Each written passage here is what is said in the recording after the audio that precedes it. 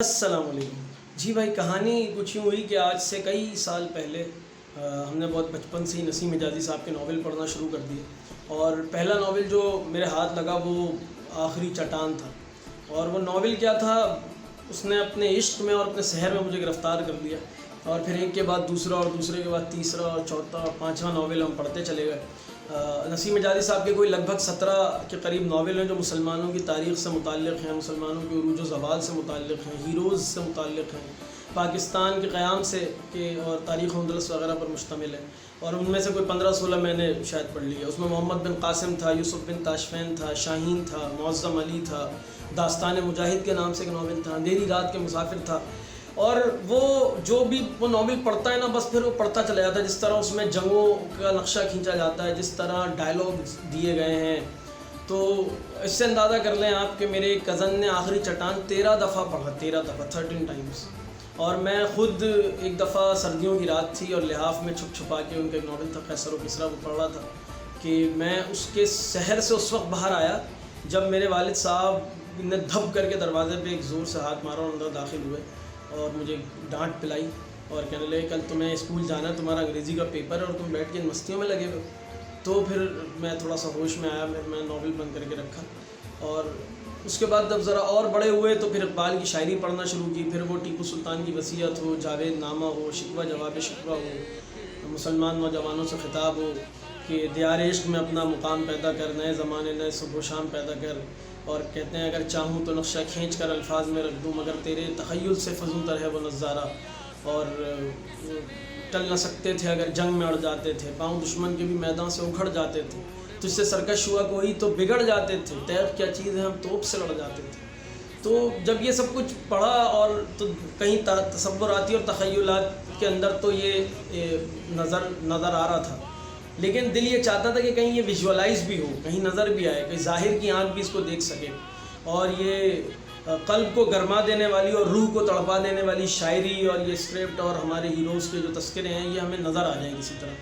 پھر انگریزی موویز دیکھنا ہم نے شروع کی، جس کے اندر جو ہسٹری سے ریلیٹ تھیں، بریو ہارٹ تھی، ٹرائے تھی، گلیڈیٹر تھی، ہرکولس تھی، اور اندازہ ہوا کہ یورپ اور مغرب کے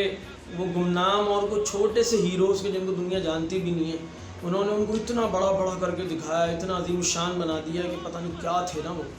تو بڑا دل چاہتا تھا کہ کوئی اس کو ہمارے یہاں بھی کوئی بندہ خدا اٹھے اور اس کو اس طرح بنائے، اور اسی کے ہاتھوں مجبور ہو کے میں نے سن 2017 میں ایک بلاگ لکھا، اس کا نام تھا اسلامی فلم انڈسٹری، اور اس کے پیچھے بیک گراؤنڈ یہ تھا کہ میں نے اس سے پہلے ایک ڈرامہ دیکھا تھا، ہم ٹی وی پہ ریلیز ہوا تھا، عبدالقادر کے نام سے، آصف رضا میر صاحب کی پروڈکشن تھی، ABC پروڈکشن، اس نے ریلیز کیا تھا، اور فہد مصطفیٰ نے اس میں جو رول ادا کیا تھا، جو کردار ادا کیا تھا، اس نے بڑا گہرا تاثر میرے اوپر چھوڑا تھا۔ اور پھر سفیر حسین کے نام سے ایک ایرانی پروڈکشن تھی، اس نے ایک 50 قسطوں پر مشتمل ایک ڈرامہ بنایا تھا، اور اس نے بھی مجھے اپنے سحر میں گرفتار کر لیا تھا۔ تو میں نے کہا یار اسلامی فلم انڈسٹری بھی ہونی چاہیے کہ جو مسلمانوں کو ان کی تاریخ سے روشناس کرائے۔ اس کے پیچھے سید مودودی رحمۃ اللہ علیہ سے کسی نے ایک سوال پوچھا تھا سینماٹوگرافی کے متعلق کہ کیا وہ جائز ہے کہ ناجائز ہے، تو مودودی صاحب نے جواب دیا کہ کوئی چیز بذات خود اچھی یا بری نہیں ہوتی، بلکہ اس کا استعمال اسے اچھا یا برا بناتا ہے۔ تو میں اس سینس میں کہنا چاہ رہا تھا کہ اس کو اچھے طریقے میں، اچھی سینس میں ہم استعمال کرنا چاہیے اپنی انڈسٹری کو، اور اسے اسلامی فلم انڈسٹری بلڈ کرنی چاہیے۔ اور پھر خدا کا کرنا دیکھیے کہ میرے اندر کی یہ تڑپ، یہ احساس، اقبال کی شاعری اور نسیم حجازی کے ناولز، یہ سب سچ ثابت ہوئے سن 2019 شعبان میں، پچھلے سال شعبان میں، کہ جب میں اپنی بلاگنگ ویب سائٹ کے لیے میرے پاس مسلسل بلاگز آ رہے تھے اور میں ان بلاگز کو جمع کر رہا تھا، ان کو کمپائل کر رہا تھا، تو مسلسل ارطغرل کے اوپر وہ سارے کے سارے بلاگز تھے، اور میں جو ہے وہ بڑا حیران ہوا کہ کیا آخر اس کے اندر تھا 4 میں کہ ہر کوئی لکھ رہا ہے، اور ایک بلاگ کے اندر لکھا گیا تھا کہ قسط نمبر 69 ہی دیکھ لیں آپ، 69 دیکھ لیں۔ تو میں نے دیکھا وہ صلیبیوں کا قلعہ فتح ہونے والی قسط تھی، اور بس وہ پہلی قسط تھی کہ جس نے مجھے اپنی محبت میں گرفتار کر لیا، اور پھر میں نے پہلا سیزن اور پھر دوسرا، پھر تیسرا، چوتھا، پانچواں دیکھ لیا۔ اچھا دلچسپ بات یہ کہ جو پہلا سیزن ہے وہ اردو میں ہے نا، ڈبڈ ہے، تو وہ پہلا سیزن ہی دیکھنے کے بعد پھر آپ اس سے قطع نظر کہ وہ باقی ترکی زبان میں ہیں، صرف سب ٹائٹل آپ چاہتے ہیں کہ بس مل جائے اور پھر وہ دیکھو، کیونکہ وہ ان کی اپنی لینگویج اور ان کا اپنا ایکسنٹ اتنا جاندار ہے، اور اس کا کانٹینٹ اور اسکرپٹ اتنا شاندار ہے کہ پھر وہ ضرورت نہیں پڑتی۔ تو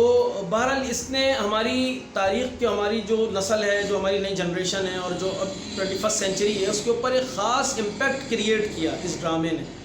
وہ کیا امپیکٹ تھا جی؟ پہلا امپیکٹ تو یہ کریٹ ہوا کہ ہمارے نوجوانوں کے اسٹینڈرڈز بدل گئے ہیرو اور ہیروئن کے۔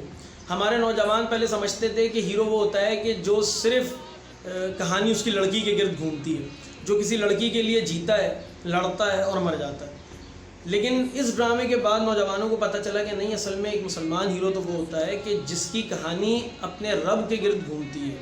دین اسلام کے گرد گھومتی ہے، جو خدا کے لیے جیتا، لڑتا اور مر جاتا ہے۔ اسی طرح میں نے جس طرح آپ کو ذکر کیا کہ اقبال نے کہا اگر چاہوں تو نقشہ کھینچ کر الفاظ میں رکھ دوں، مگر تیرے تخیل سے فزونتا رہے وہ نظارہ۔ تو یہ ڈرامہ دیکھنے کے بعد کم از کم یہ ہوا کہ نہیں جی، ہمارے نظارہ تو کم از کم ہمارے تخیل میں ہے، ہم تصور تو کر سکتے ہیں، ہم سوچ تو سکتے ہیں، کہ امیجن تو کر سکتے ہیں۔ ٹھیک ہے، وہ شاید ہمارے سامنے نہیں ہے، لیکن اس کو اب امیجن تو ہم کر سکتے ہیں۔ تیسری چیز ہمیں یہ پتہ چلی کہ ہماری تاریخ کسی کی محتاج نہیں ہے، ہمیں بورو کرنے کی ضرورت نہیں ہے، ہمیں مرعوب ہونے کی ضرورت نہیں ہے۔ ہماری اپنی ہسٹری اتنی جاندار اور اتنی شاندار ہے کہ اگر اسی کو صحیح سے ہم ڈسکرائب کر سکیں، دکھا سکیں، بتا سکیں، تو وہی ہمارے لیے بہت ہے۔ چوتھی چیز،